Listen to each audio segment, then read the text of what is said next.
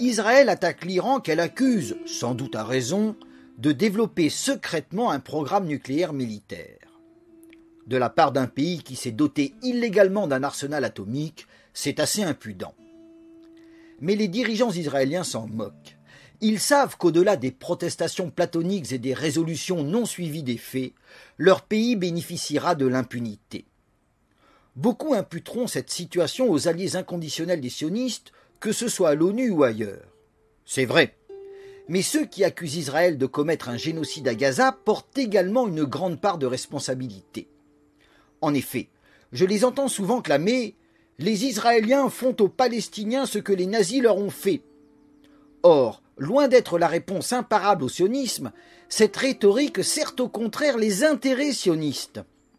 Parce qu'aux yeux des Juifs, les SS ne sont pas les seuls coupables de l'Holocauste. Le rescapé Maurice Benroubi l'en sait, et puis j'en ai assez de répéter comme les journaux, la radio, ce sont les nazis, les SS qui ont fait cela. C'est l'Allemagne, tous les Allemands qui sont responsables de ces crimes abominables. En parlant des nazis, de SS, on pense seulement à quelques centaines de milliers d'hommes, alors que c'est toute la nation allemande qui a suivi Hitler. Cela posé, une logique infernale se met en place. Les coupables désignés sont toujours plus nombreux. Mentionnons tout d'abord le régime de Vichy. L'historien juif Joël Gage écrit, dès 1941, des rapports sur les exterminations massives commencent à parvenir en Europe de l'Ouest. En 1942, tous les éléments sont réunis pour que les doutes soient levés. Dès le 1er juillet 1942, la BBC diffuse en français des informations sur le massacre de 700 000 juifs polonais. Or, malgré cela, Pétain laissa déporter les juifs, y compris, dit-on, les enfants qui étaient envoyés vers les camps de la mort. D'où la responsabilité écrasante de Vichy. Puis viennent les banques suisses, car en blanchissant l'or nazi, elles auraient permis à l'Allemagne de continuer la guerre, donc de massacrer chaque jour davantage de juifs. La SNCF arrive ensuite, car en prêtant ses hommes et son matériel, elle aurait permis d'acheminer les juifs vers les chambres à gaz. Ajoutons-y la firme américaine IBM, car en fournissant des machines au Reich, elle aurait rendu possible l'organisation méthodique de l'Holocauste. Edwin Black écrit « Nul ne connaîtra jamais le nombre exact de machines IBM qui cliquetaient dans tel ghetto, tel dépôt de chemin de fer ou tel camp de concentration. » À vrai dire, peu importait à IBM de savoir exactement quelle machine était utilisée dans tel camp de la mort. Tout ce qui comptait, c'était que l'argent soit là le jour où la fumée serait dissipée. Et ce n'est pas fini. Les Alliés, eux aussi, portent une part de responsabilité, à commencer par les Britanniques. Une brochure sioniste accuse, en 1939, à la veille de la Deuxième Guerre mondiale, alors que les réfugiés juifs d'Europe cherchaient désespérément à fuir l'oppression nazie, le gouvernement britannique s'est totalement retourné contre le sionisme afin d'apaiser les nationalistes arabes. Il a publié un livre blanc qui a eu pour effet de bloquer l'immigration juive en Palestine et d'interdire l'entrée des réfugiés juifs en Grande-Bretagne. En conséquence, des millions de juifs ont été piégés en Europe, vulnérables au génocide nazi. De leur côté, les sionistes de Stand With Us dénoncent l'insensibilité criminelle des Anglais. Alors que l'Holocauste se déroulait, la marine britannique a intercepté et refoulé des dizaines de navires de secours remplis de réfugiés juifs désespérés qui fuyaient les champs de bataille d'Europe et cherchaient à se mettre à l'abri en Palestine. Cette insensibilité a entraîné la perte inutile d'innombrables vies. Mais les Britanniques ne sont pas les seuls visés. Le 31 mars 1943, un rapport de la résistance polonaise parvenu à Londres affirmait qu'à Auschwitz, 520 000 juifs avaient été gazés. Or, malgré cela, les Alliés n'ont pas réagi, dit-on. Ils n'ont pas jugé utile de bombarder les crématoires de Birkenau. Sous l'œil complice du monde entier, une complicité passive ou active, 1 million d'enfants juifs ont été gazés à Auschwitz. Les coupables ne sont donc pas seulement les Britanniques, s'y ajoutent les Américains et les Soviétiques. Sous le titre « Se taire est impossible », Elie Wiesel critiquait les Soviétiques qui auraient pu libérer Auschwitz 2 jours plus tôt. Vous auriez sauvé 100 000 hommes et femmes, et vous ne l'avez pas fait. Pourquoi? Pourquoi pas? Puis, se tournant vers l'Ouest, il lançait « Les Alliés, les Occidentaux auraient pu, surtout à partir de 1943, faire connaître davantage les nouvelles qu'ils avaient sur l'extermination, menacer directement et bombarder les chemins de fer à Auschwitz. Et les Russes aussi d'ailleurs, ils étaient plus proches même. On ne l'a pas fait. On ne l'a pas fait avec les mêmes raisons pour lesquelles le silence a continué après. Quand on y pense, on aurait pu arrêter tout cela avant, pendant la guerre aussi en fait. On aurait pu sauver tant de monde. Il y a toujours en moi un goût, une sorte de réserve de mélancolie. En 1979, face au président américain Jimmy Carter, Elie Wiesel avait été plus sévère. Tout le monde savait, fin 1942. Roosevelt et Churchill auraient pu lancer des appels à la radio à l'attention des Juifs hongrois. On n'y serait pas allé.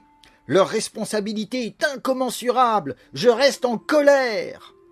On ne sera donc pas surpris qu'au mémorial américain de l'Holocauste, une partie de l'exposition soit intitulée « Les Américains et l'Holocauste ». Dès le début, on lit « Davantage aurait pu être fait pour sauver une part des 6 millions qui ont été tués ».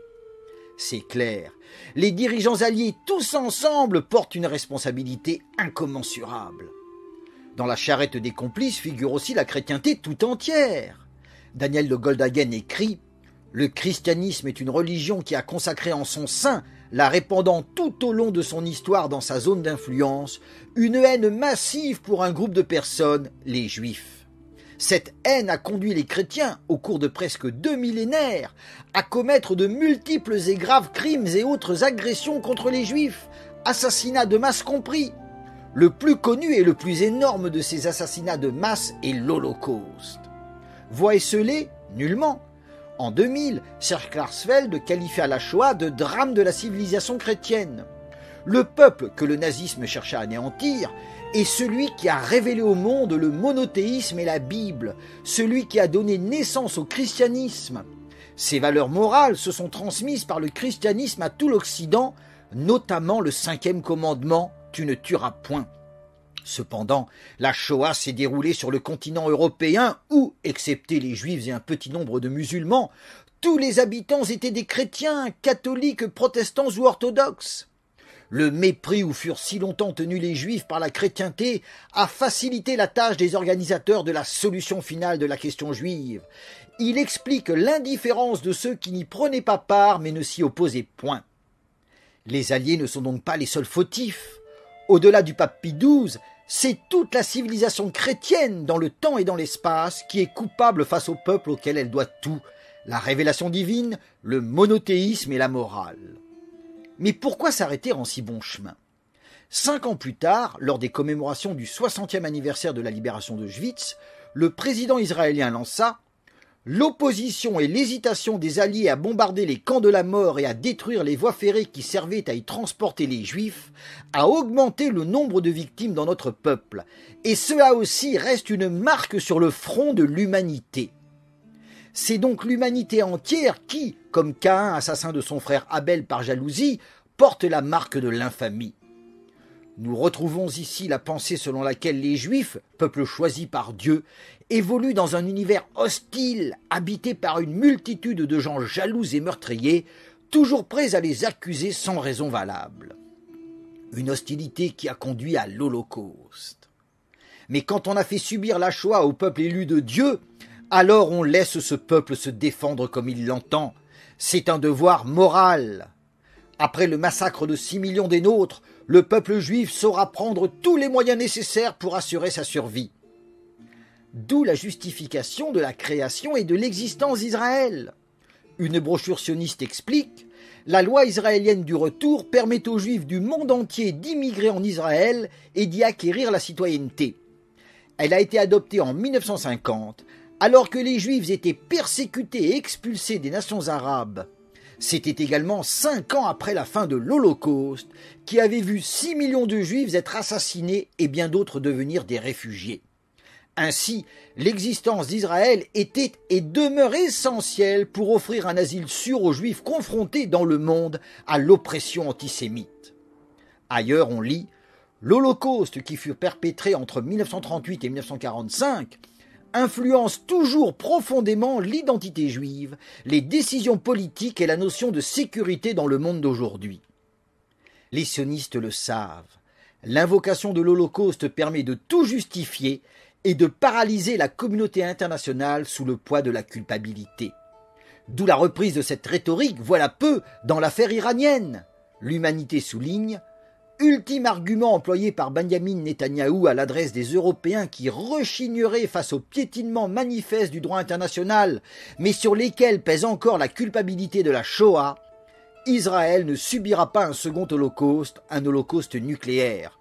Nous en avons déjà subi un au siècle dernier. » Ainsi s'explique la volonté non seulement de sacraliser l'Holocauste en interdisant tout débat, mais aussi d'imposer sa mémoire dans le monde entier. Aux initiatives mémorielles s'ajoute l'érection de musées de l'Holocauste un peu partout dans le monde.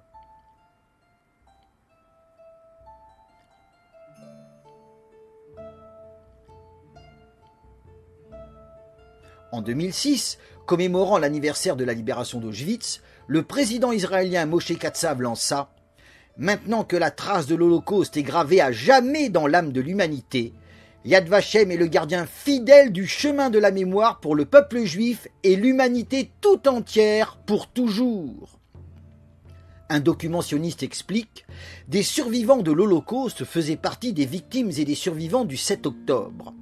Certains rescapés des massacres ont évoqué l'Holocauste en racontant comment ils avaient survécu à l'attaque génocidaire de ce matin terrible. Enseigner l'Holocauste se révèle important et crucial dans le climat actuel, lorsque des extrémistes de tous bords cherchent à déformer et à nier l'histoire. Les sionistes craignent le révisionnisme, car ils savent que la vérité historique casserait le ressort principal de leur chantage. Tant que, dans leur grande majorité, les antisionistes ne l'auront pas compris, tant qu'ils cautionneront avec des arguments ineptes l'histoire écrite par les vainqueurs de 1945, leur combat restera vain. Les rodomontades des dirigeants iraniens n'y changeront rien. Ils pourront toujours lancer leurs missiles en invoquant l'aide d'Allah. Sur le plan militaire, Israël restera supérieur. La lutte ne doit pas se mener sur le terrain matériel ou militaire, mais sur le terrain historique. L'ancien président iranien Mahmoud Ahmadinejad l'avait bien compris. Dommage que ses successeurs ne l'aient pas suivi. Dommage non seulement pour la Palestine, mais aussi et surtout pour le monde entier.